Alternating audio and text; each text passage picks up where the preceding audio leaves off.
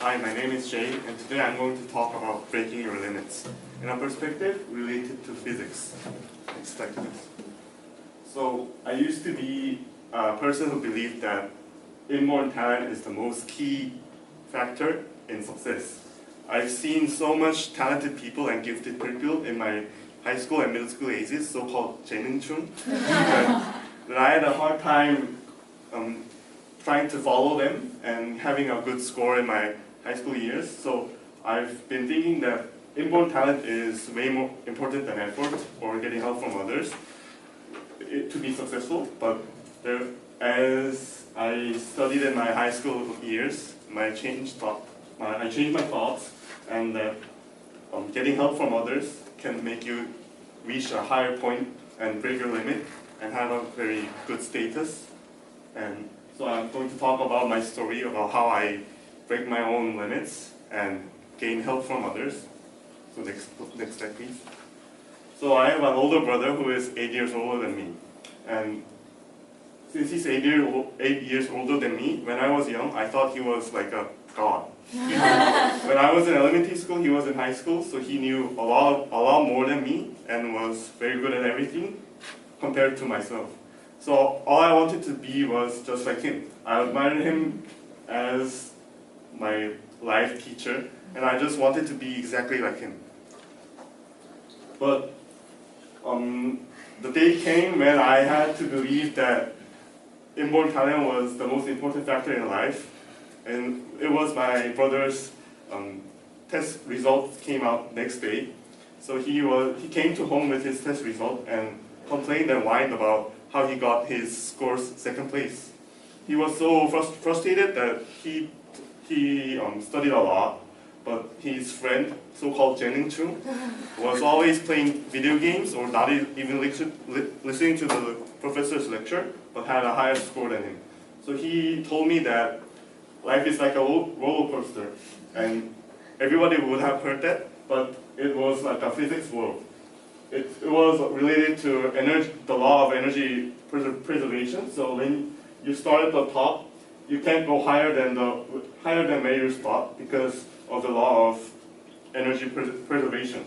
So my brother told me that everyone had a different start point. Someone was very intelligent and very creative, but some or many others don't. So deciding on where you start on your inborn talent, the results, your test scores in high school life would be already decided, just like a fatalist would say. So since I was in elementary school, I didn't understand what he said about energy, the law of energy preservation or so what. But I knew that he was very frustrated, and that I knew that sometimes I might feel that there will be a limit for my inborn talents. So I was trying to figure out how to break through my limits. Next slide, please. So, advancing to middle school and high school, I met the reality.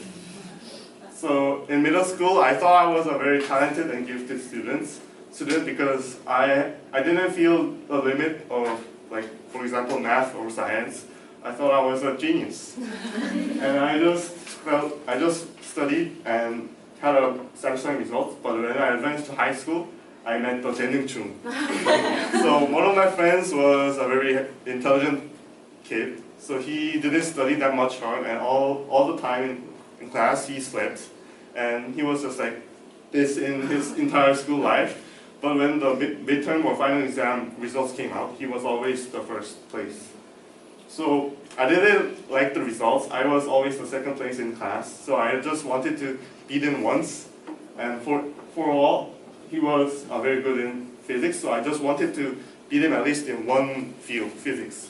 So in the second semester, I put all of my effort into physics. All I did was solving physics problems, and I wanted to be first place in class to beat him. But I thought my talent weren't that much, so the results were the same, the second place. And he was the first place, even though he didn't listen to any classes or studied a lot on physics. So I began to feel very depressed, and I came to my home, and then I was complaining to my brother like 8 years ago, like, oh, there's so much gap between these talents.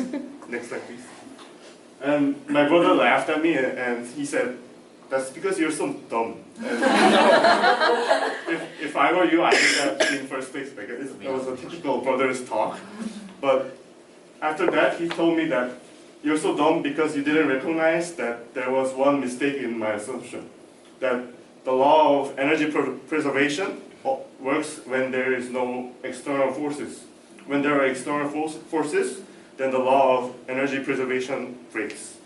And in life, there are many external forces. Someone like a teacher's mood in one class, or the friend who sits next to you in the exam, like such as there are many external forces that can influence your test scores. But the most important thing is getting help from others.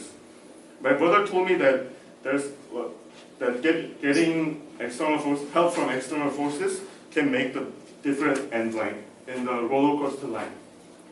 So when you start from the middle, if there are no external forces, like if you don't get any help from others, then you'll end up in the middle.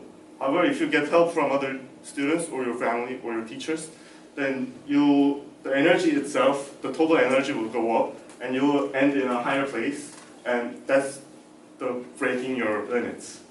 So my brother told me about that, and he was very good at physics. So he told me that I'll help you with the physics. Let's break his scores, and then we tried hard, and my brother helped me, and then my scores were rising, but the result was still the same. But the gap between the physics genius and me closed a little bit more. So I was very satisfied, and I learned that getting help from others was very important. Next slide, please. So let's take a step back from my story and then look at your stories. Many of you might have felt the limit of, like, for example, for me, physics, or like studying, or like even sports.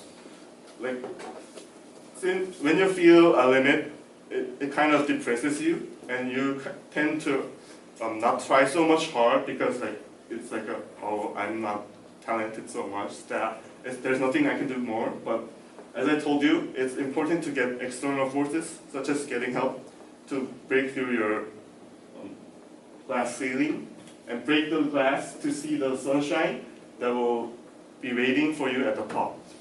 So I wanted you guys to know that you'll never have to be alone, and that's all you need to know in this lecture. Thank you for listening.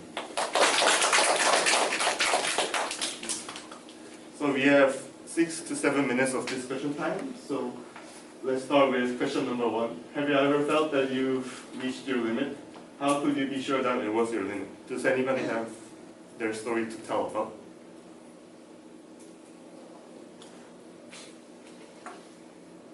I felt like I reached my limit when I learned French in my high school, and it was really important for me because we learned it for like 8 to 12 hours a week. But